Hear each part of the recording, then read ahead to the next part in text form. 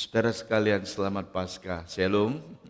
Senang sekali Bapak Ibu Saudara sekalian, 1 tahun kita hampir tidak berjumpa. Pada beberapa ibu-ibu saya nggak ketemu.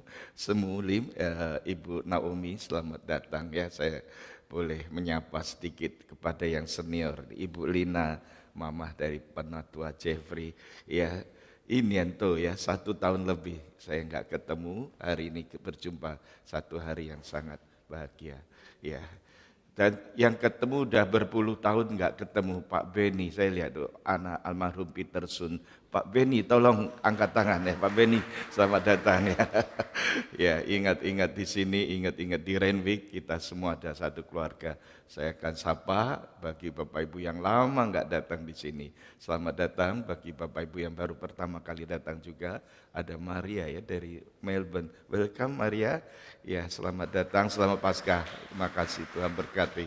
Ya, ada beberapa tadi pendaftaran dikatakan penuh, makanya ada yang di belakang. Saya harapkan yang di belakang tolong kasih tahu bisa masuk. Ini ada berapa kursi yang kosong. Ya, nah, kita akan masuk dalam khotbah. Hari ini kita akan merenungkan bersama-sama dari kitab suci yang sudah dibacakan tadi, yaitu dari kitab Wahyu pasal 1 ayat 8 sampai 20. Mari kita awali dengan doa. Bapa di surga, kami mohon Allah Roh Kudus berbicara pada setiap hati nurani kami. Biarlah Tuhan memberkati dan menyertai, bahkan setiap kata-kata yang diuraikan boleh sungguh-sungguh dalam kontrol dan juga penguasaan Allah sendiri. Allah Roh Kudus yang menginspirasikan firman Tuhan ini, Allah Roh Kudus juga yang akan memberikan kekuatan bagi kami, hamba-Mu dan seluruh umat-Mu, boleh bersama-sama diberkati. Dalam nama Tuhan Yesus kami berdoa, bersama-sama katakan amin. Saudara, kita ada dalam situasi yang masih terasa sekali dengan keadaan yang ada di sekeliling kita. Maka saya menggumuli khotbah pada Paskah tahun ini yang mengkaitkan dengan satu tulisan dari kitab Wahyu. Kitab Wahyu ini adalah kitab yang sungguh unik sekali, karena kalau kita memperhatikan berbicara tentang hal yang akan datang, berbicara tentang sesuatu yang ada di depan. Saudara sekalian, kita memahami dan meyakini bahwa Allah itu in control, Allah itu bekerja di dalam sejarah. Nah, saudara, kalau kita perhatikan tulisan dari kitab Wahyu yang ditulis oleh Rasul Yohanes, ini kira-kira adalah pada tahun terakhir, tahun 90-an, saudara. Yaitu kitab Wahyu ini ditulis pada saat Rasul Yohanes dibuang atau diasingkan di Pulau Patmos, di sekitar daerah Turki sekarang ini. Nah, saudara memperhatikan, saudara, pada waktu itu Rasul Yohanes mendapatkan firman Tuhan yang tercatat di dalam ayat yang ke-11 itu. Katanya, apa yang engkau lihat, tuliskanlah di dalam sebuah kitab dan kirimkanlah kepada ketujuh jemaat ini, ke Efesus, ke Smyrna, ke Pergamus, ke Tiatira, ke Sardis, ke Philadelphia dan Laodikia.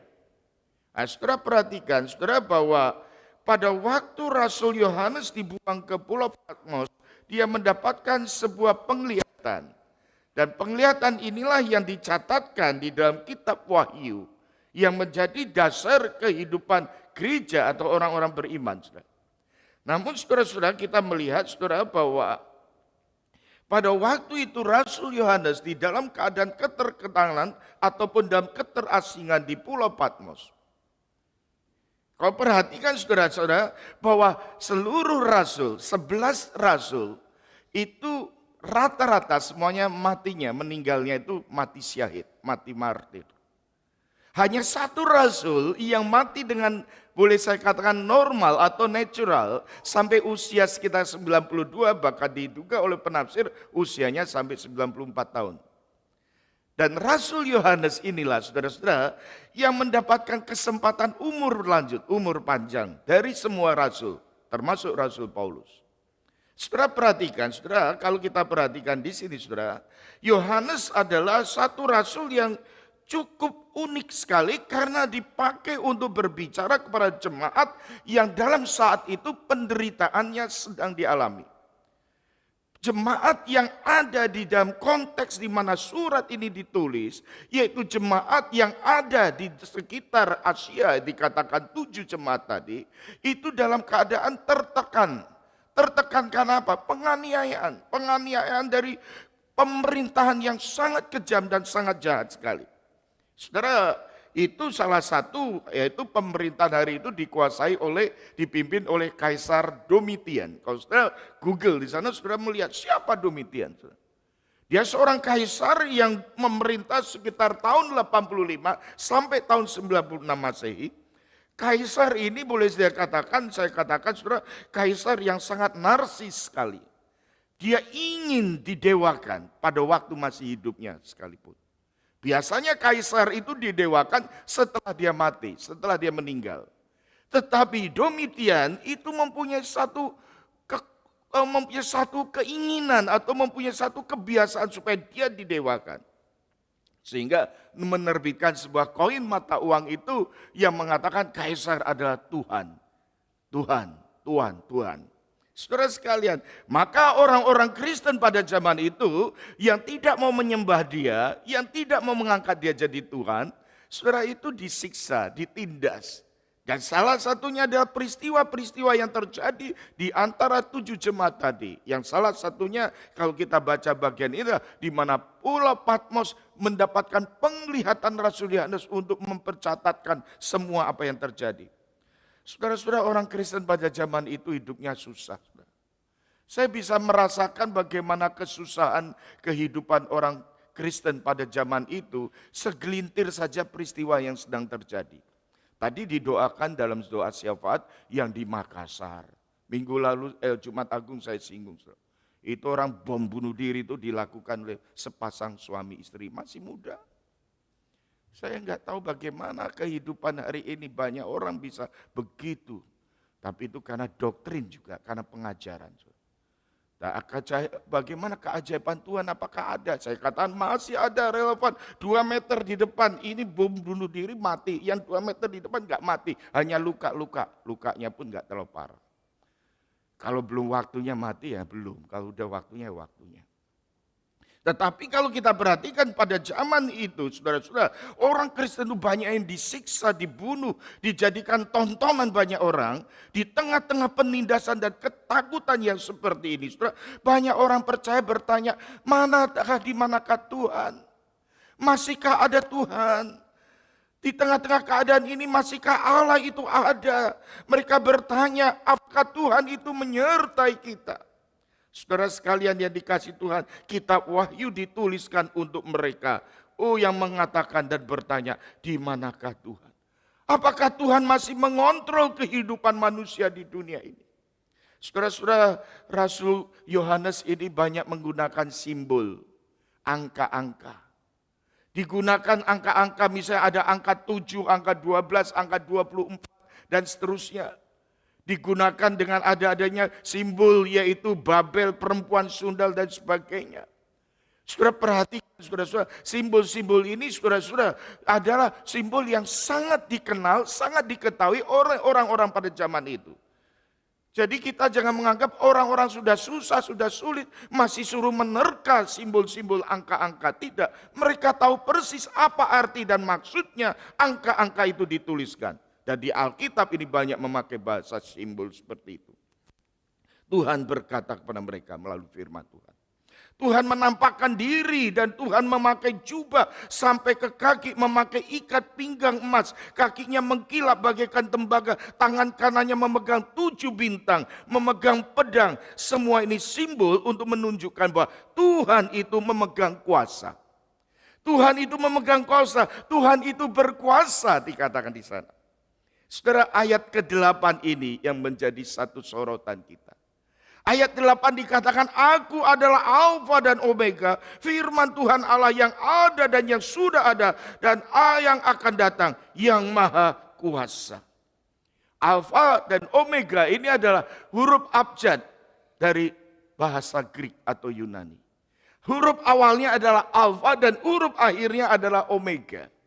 Seperti kita dalam bahasa Indonesia atau bahasa Inggris, huruf awalnya adalah E, A, dan huruf akhirnya adalah Z. Itulah yang diungkapkan, akulah awal dan yang aku adalah alfa dan omega. Yang awal dan yang akhir. Inilah yang menunjukkan keadaan Allah yang memang dia ada dari awal sampai akhir, bahkan di dalam kekekalan. Dia mengatakan demikian, saudara, ini untuk meneguhkan iman anak-anak Tuhan. Dikatakan di sana yang awal dan yang akhir, yang sudah ada, yang sekarang ada, dan yang akan datang pun sudah ada. Saudara, dengan firman-Nya Tuhan itu menciptakan alam semesta ini. Dengan firman-Nya Tuhan menciptakan dunia ini. Dengan firman-Nya Tuhan menciptakan langit dan bumi. Allah berkuasa mengontrol sejarah dan Allah berintervensi dalam kehidupan kita. Inilah Allah yang kita yakini. Kristus yang mati dan bangkit, inilah Tuhan kita. Dialah Allah yang kita percayai, saudara-saudara. Kita nggak boleh menunda untuk percaya kepada Tuhan hari ini. 5 menit yang ada di depan kita pun kita nggak tahu apa yang terjadi. Manusia tidak bisa mengandalkan manusia. Hanya Tuhan, saudara. Tuhan itu Tuhan yang berkuasa, saudara. Ada orang yang aliasnya susah sekali mengeluarkan uang, saudara-saudara. Satu ketika dia lewat di sebuah restoran membaca satu pengumuman di depan, ada tulisan makan di sini besok gratis. Wah, besok gratis. Dia ada temannya banyak sekali, dia di kantor kan. Ayo ikut aku, gue traktir lu. Makan sebanyak-banyaknya. Besok ikut aku. Nah, teman-temannya pikir tumben-tumben amat dia ngajak makan, mau bayari lagi. Ayo ikut. Semua ikut. Masuk restoran. Dia kata pesen sebanyak-banyaknya. Nanti gue yang bayar. Dia tahu ini kan gratis. Ada tulisan besok datang makan gratis. Dia bawa semua. Makan, pesan, order sudah selesai, makan selesai. Tuan restoran menyodorkan bil tagihannya, bonnya. Dia bilang, loh kan kemarin saya datang lihat tulisannya besok gratis, makan gratis. Kebetulan tulisannya masih ada. Ayo coba kita lihat lagi. Coba dibaca baik-baik. Makan besok gratis. Besok makan gratis. Bukan hari ini, besok. Besok gratis. Wah, dia pikir-pikir, direnung-renungkan lagi. Iya benar juga ya. Makan besok gratis. Besok makan di sini gratis. Ini kamu makan di sini hari ini. Hari ini bayar dulu. Saudara-saudara, banyak orang memegang filosofi yang seperti itu. Sudahlah besok saja, nanti saja.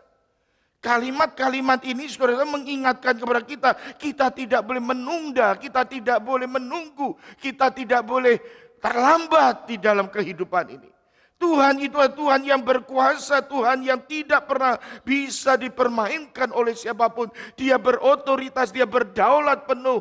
Tuhan yang demikianlah Tuhan yang kita sembah hari ini. Allah yang disembah orang Kristen di abad mula-mula di tengah-tengah 7 jemaat ini yang menerima surat wahyu ini sedang dalam keadaan khawatir.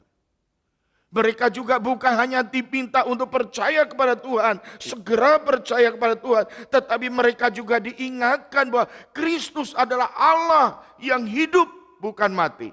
Berbeda dengan kaisar bisa mati dan tidak hidup. Tetapi Kristus adalah hidup, dia adalah Alfa dan Omega, ia adalah Allah yang Maha Kuasa. Menarik sekali kata Maha Kuasa yang digunakan di sini ada pantokrator. Pantokrator. Panto atau pantai itu artinya semua. Krato itu artinya adalah kuasa. Maka ada istilah panteisme, panteism. Semua benda-benda dianggap Allah, dianggap Tuhan, ilah-ilah kecil. Pantokrato. Maka ada istilah yaitu demokrato, demokrasi. Demos yang artinya rakyat, krato yang dikatakan kuasa. Kuasa ada di tengah rakyat. Dan menarik sekali di sini dikatakan kaisar itu memakai kata bahasa Yunaninya autokrator. Autokrator itu artinya yaitu auto itu adalah berarti yaitu dengan sendirinya. melakukan dengan dari dirinya sendiri, yaitu sebuah otomatik, sesuatu yang berjalan dengan otomatis. Dan inilah kaisar, artinya yaitu kuasa yang dijalankan dengan kekuatan sendiri sebagai raja, sebagai penguasa. Beda dengan Allah yang berkuasa, Pantokrator. Allah yang almighty, Allah yang berkuasa di tengah-tengah kita. Sehingga ada istilah autokrat, yaitu istilah yang berdasarkan autokrasinya sendiri. Tapi Allah adalah Allah yang pantokrator, yang Dia Allah yang maha kuasa. Kuasa yang tidak terbatas, kuasa yang melampaui segala-galanya. Inilah yang menjadi satu peneguhan iman bagi umat percaya yang ada di sepanjang abad hari ini. Dia Allah yang berdaulat, Dia Allah yang berkuasa. Sekalipun dalam penindasan kita tidak boleh takut. Allah adalah Allah Yahweh. Allah adalah Allah yang disembah. Dia masih mengintervensikan dirinya. Dia mengontrol sejarah kehidupan dunia ini. Tuhan yang bangkit akan datang kembali untuk menghakimi dunia. Siapa yang bisa menjamin kehidupan kita hari ini? Siapakah yang bisa menjamin kehidupan kita, saudara? Apakah ekonomi atau keuangan, saudara? Tidak bisa menjamin. Apakah persenjataan yang canggih? Tidak bisa menjamin. Semuanya itu tidak akan memberikan rasa aman kita.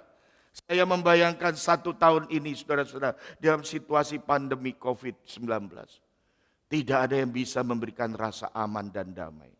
Kecuali Yesus Kristus. Amin. Yesus Kristus. Inilah yang menjadi pegangan hidup kita. Kita harus mengandalkan Allah, tidak mengandalkan manusia, saudara. Seringkali orang yang hidup di negara maju ini membuat kita berpikir semuanya oke dan lancar. Orang-orang yang hidup di negara maju, misalnya saudara, negara maju Amerika, Eropa, Kanada, bahkan Australia. Banyak orang-orang yang terjebak berpikir bahwa enggak perlu khawatir. Bahkan ada orang-orang yang menganggap tidak perlu agama. Agama enggak laku, enggak banyak laku di negara yang maju. Tetapi saudara perhatikan, saudara, hari ini apa yang terjadi di tengah-tengah pandemi COVID-19, negara-negara yang maju sekalipun, kita itu dipertunjukkan kita itu lemah. Kita itu rapuh dan kita rentan, kita seperti telur di ujung tanduk yang mudah sekali jatuh dan pecah, saudara. Tapi jangan lupa, saudara, kita punya Tuhan. Tuhan yang berkuasa adalah Tuhan yang menyertai kita. Jadi Allah yang berkuasa, Allah yang boleh dikatakan transenden, Allah yang melampaui segala-galanya ini. Tetapi juga Allah yang sekaligus imanen yang dekat dengan kita. Allah yang ada di tengah-tengah bangsa umatnya, ini ada Allah yang dekat di hati kita. Maka ada satu pemahaman teologi, yaitu Allah yang Immanuel, imanen, yang dekat dengan kita, yang selalu beserta dengan kita. Saudara sekalian yang dikasihi Tuhan, marilah kita memperhatikan bagian ini. Ayat 12-13 dikatakan di sana, aku berpaling melihat suara yang berbicara kepadaku, dan setelah aku berpaling tampaklah kepadaku 7 kaki dian dari emas. Dan di tengah-tengah kaki dian itu ada seorang serupa anak manusia, berpakaian jubah yang panjangnya sampai di kaki, dadanya berlilitkan ikat pinggang dari emas. Saudara perhatikan, ini apa yang disebutkan 7 jemaat. 7 kaki dian ini ada 7 jemaat.